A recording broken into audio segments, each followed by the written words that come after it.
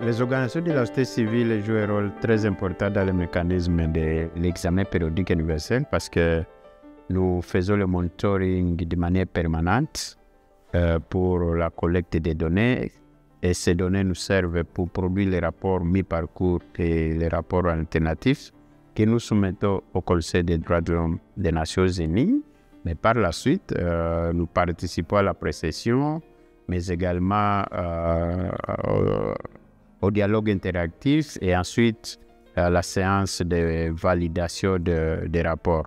Pour que les recommandations soient mises en œuvre de manière effective avec l'implication des femmes qui sont souvent affectées, il faut d'abord qu'elles aient des espaces pour faire le contrôle et le suivi de la mise en œuvre de ces recommandations.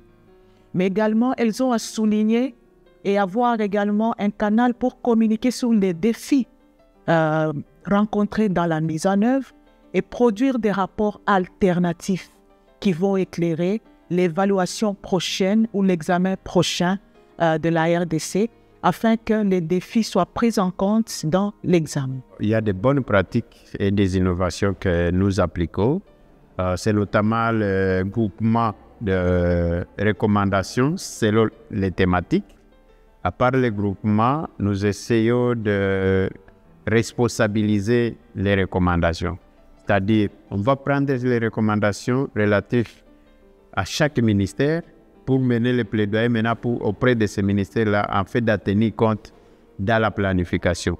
Et jusqu'à aller au niveau des entités territoriales décentralisées, parce que si les recommandations sont incorporées dans le plan local de développement, ça peut produire beaucoup plus de résultats. Ainsi, nous recommandons aux États membres qui ont formulé différentes recommandations vis-à-vis du gouvernement congolais d'accompagner également le gouvernement congolais dans le suivi de la mise en œuvre de ces recommandations.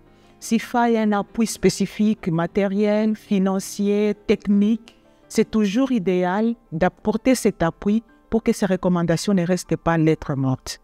Au gouvernement congolais, nous demandons également non seulement de regrouper les thématiques et de responsabiliser les différents ministères selon leur mandat, mais également de budgétiser de manière conséquente le suivi ou les plans plutôt de mise en œuvre qui va être élaboré et budgétiser également le plan de suivi pour la mise en œuvre de ces recommandations.